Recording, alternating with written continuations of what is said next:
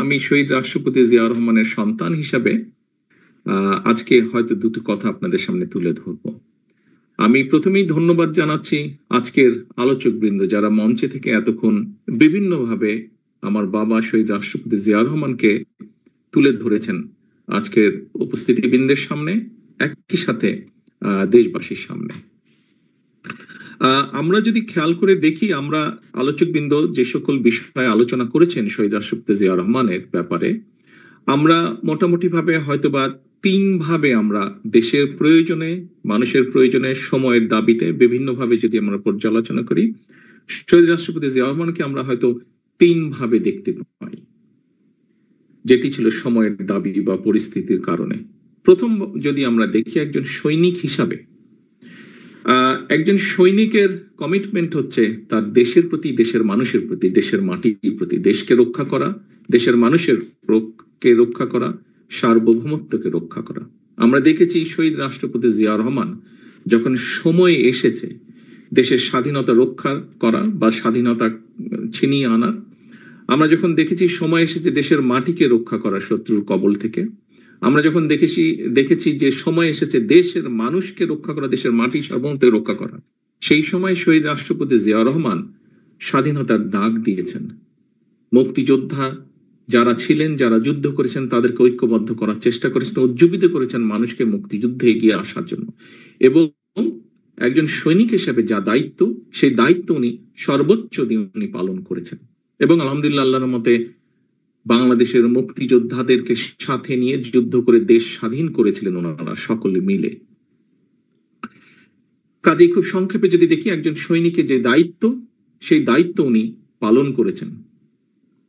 আমি বিশ্বাস করি, যেহেতু উনি একজন সশস্ত্র বাহিনীর সদস্য ছিলেন, বর্তমান এবং আগামী দিনে সশস্ত্র বাহিনীর যে সকল সদস্য আসবেন, দেশের স্বাধীনতা, সার্বভৌমত্ব, দেশের মাটিকে রক্ষার শপথ নিয়ে তারা শহীদ রাষ্ট্রপতি জিয়া রহমানের যে বীরত্ব, সৈনিক হিসাবে ওনার যে কাজগুলো, কমিটমেন্ট, সেটি তাদের সকলকে উজ্জীবিত করবে, সাহসী করবে। এরপরে যদি আমরা দেখি, সময়ের প্রয়োজনে, দেশের প্রয়োজনে, পরিস্থিতির কারণে শহীদ রাষ্ট্রপতি জিয়া রহমানকে একজন রাজনীতিবিদ হিসাবে আমরা দেখেছি। একজন রাজনীতিবিদের যেই কাজ, উনি একজন সৈনিক হয়েও তারপরে যখন উনি রাজনীতিবিদ হিসাবে আবর্তিত হলেন বা রাজনীতিবিদ হিসাবে উনি যখন কাজ শুরু করলেন, সেই সময় আমরা দেখেছি যে উনি ঢাকা শহরের ভিতরে বসে থাকেননি। একজন রাজনীতিবিদের কাজ হচ্ছে যেহেতু মানুষের জন্য রাজনীতি করা, মানুষের কাছে উনি ছুটে গিয়েছেন, মানুষের সাথে কথা বলেছেন, মানুষ সম্পর্কে জানতে চেয়েছেন, মানুষের সমস্যা বুঝতে চেয়েছেন, সেইভাবে উনি সমস্যা সমাধানের চেষ্টা করেছেন। উনি যে আদর্শ দিয়েছেন, যে 19 দফা দিয়েছেন, সেগুলোর মাধ্যমে উনি মানুষকে ঐক্যবদ্ধ করার চেষ্টা করেছেন, জাতিকে বিভক্ত না করে।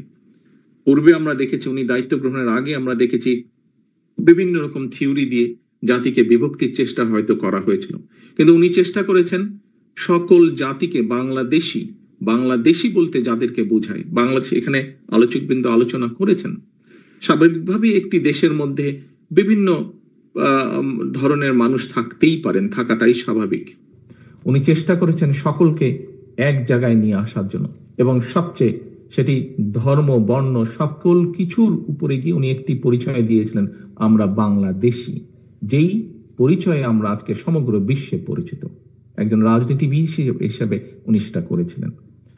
এবং আজকে এত বছর পরেও আমাদের যে এই দল, বাংলাদেশ জাতীয়তাবাদী দল, যার একজন কর্মী আমি, সামনে যারা বসে আছেন অনেকেই তার কর্মী, মঞ্চে উপস্থিত আছেন কয়েকজন এই দলের কর্মী হিসাবে, নেতা হিসাবে।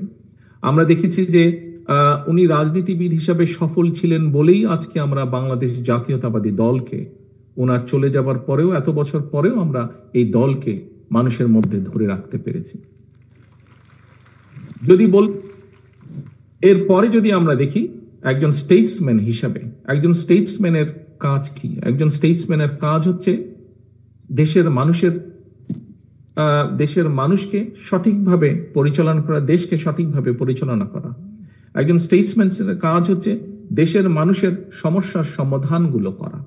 আমরা যদি দেখি, এখানে আজকের প্রধান আলোচক নজরুল ইসলাম খান সাহেব, উনি ওনার বক্তব্যে বলেছেন, ওনার যেহেতু সরাসরি কাজ করার সুযোগ হয়েছিল শহীদ রাষ্ট্রপতি জিয়া রহমানের সাথে, ওনার সেই এক্সপিরিয়েন্স থেকে উনি কতগুলো কথা বলেছেন। কাজে আমরা যদি দেখি, যেমন আজকে আমরা আলাপ করছি, প্রায় আমরা বলে থাকি দুটো বিষয় নিয়ে। বাংলাদেশের যে বৈদেশিক মুদ্রার যে সোর্স, একটি হচ্ছে গার্মেন্টস শিল্প, আরেকটি হচ্ছে প্রবাসীদের রেমিটেন্স। এই দুটোতে জিয়া রহমান সাহেবের অবদান আছে। এই দুটোকে বাস্তবায়নের জন্য উনি উদ্যোগ নিয়েছিলেন এবং আলহামদুলিল্লাহ সফল হয়েছিলেন। এরপরে অনেকগুলো বছর গিয়েছে, কিন্তু আমরা এখন পর্যন্ত সেভাবে বড় কোনো সেক্টর বের করতে সক্ষম হইনি যা আমাদেরকে বৈদেশিক মুদ্রায় সাহায্য করবে। কাজে স্টেটসম্যান হিসাবে উনি দেশের বেকারদের কর্মসংস্থানের ব্যবস্থা করেছিলেন। উনি স্টেটসম্যান হিসেবে সমস্যার সমাধান করেছিলেন দেশের বৈদেশিক মুদ্রা। উনি স্টেটসম্যান হিসেবে সমস্যার সমাধান করেছিলেন বহু মানুষের কর্মসংস্থানের ব্যবস্থা করেছিলেন দেশে এবং বিদেশে। এবং শুধু তাই নয়, প্রবাসীদের মাধ্যমে এবং একই সাথে গার্মেন্টস এর যে আজকে যে প্রসার, এর মাধ্যমে আমরা আমাদের দেশকেও বিশ্ব দরবারেও কিন্তু তুলে ধরতে পেরেছি প্রবাসীদের মাধ্যমে।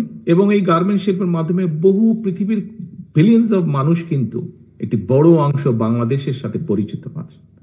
প্রিয় সহকর্মীবৃন্দ, একজন স্টেটসম্যান হিসাবে যদি আমরা অন্যদিকেও দেখি, তাহলে আমরা এখানে উজ্জ্বল সাহেব বলেছেন কিভাবে উনি দেশের শিল্প সংস্কৃতিতে অবদান রেখেছেন। আমরা যদি স্পোর্টসের ক্ষেত্রেও দেখি, সেখানেও তার অবদান আছে। কাজেই আমরা স্টেটসম্যান হিসেবেও যদি ওনাকে বিবেচনা করি, সার্কের কথা এসেছে, সার্ককে বাস্তবায়ন করার মাধ্যমে উনি কিভাবে বাংলাদেশকে বিশ্ব দরবারে তুলে ধরতে সক্ষম হয়েছিলেন। এইভাবে যদি আমরা অনেকগুলো দেখি, এখানে পররাষ্ট্র মন্ত্রণালয়ের পররাষ্ট্র সচিবের দায়িত্ব পালন করেছেন একজন বক্তা ছিলেন। উনি ওনার বক্তব্যে তুলে ধরেছেন যে কিভাবে স্টেটসম্যান হিসেবে উনি বিশ্ব দরবারে বাংলাদেশকে তুলে ধরেছিলেন। কাজী প্রিয় সম্মানিত উপস্থিতিবৃন্দ, আমরা একজন রাজনীতিবিদ, একজন সৈনিক, একজন স্টেটসম্যান যেভাবেই দেখি না কেন, শহীদ রাষ্ট্রপতি জিয়া রহমানকে বলা যায় প্রায় সকল ক্ষেত্রেই উনি সফল হয়েছিলেন। এখানে ফাহাম ওনার বক্তব্যে একটি কথা বলেছিলেন যে সাধারণত ওই পরিবেশে একজন মানুষ যে ভুলগুলো করতে পারেন, শহীদ রাষ্ট্রপতি জিয়া রহমান সেই ভুলগুলো করেন নাই। আমরা ওনার সৈনিক হিসাবে, ওনার সৈনিক জীবন থেকে, ওনার রাজনীতিবিদ জীবন থেকে, ওনার স্টেটসম্যানের জীবন থেকে আগামী দিনের ভবিষ্যৎ নেতৃবৃন্দ যারা আসবে বাংলাদেশে, ভবিষ্যৎ সৈনিক যারা আসবেন বাংলাদেশে, ভবিষ্যৎ রাজনীতিবিদ যারা দেশকে পরিচালনা করবেন, আমি দৃঢ়ভাবে বিশ্বাস করি প্রত্যেকের জন্য অনেকগুলো অনুকরণীয় হোক অথবা অনেকগুলো এক্সাম্পল হোক, অনেকগুলো বিষয় উদাহরণস্বরূপ হোক, ওনার কাছ থেকে আমরা নিতে পারবো, যা এই দেশকে, এই দেশের মানুষকে একটি উজ্জ্বল ভবিষ্যতের দিকে নিয়ে যেতে সক্ষম হবে বলে ওনার সন্তান হিসেবে আমি দৃঢ়ভাবে বিশ্বাস করি। পরিশেষে আমি আবারও জিয়া রহমান ফাউন্ডেশনের আয়োজক বৃন্দকে আন্তরিকভাবে ধন্যবাদ জানাচ্ছি এবং বিশেষ করে আমি আলোচক বৃন্দ যারা আজকে অত্যন্ত মূল্যবান আলোচনা করেছেন। অনেকদিন পর অনেক সুন্দরভাবে আমরা জিয়া রহমানকে তুলে ধরতে পেরেছি জাতির সামনে, দেশের মানুষের সামনে। সেই আলোচক বৃন্দ যারা এই কাজটি করেছেন তাদের সকলকে আন্তরিকভাবে ধন্যবাদ জানিয়ে আমি আমার বক্তব্য শেষ করছি। আল্লাহ হাফেজ।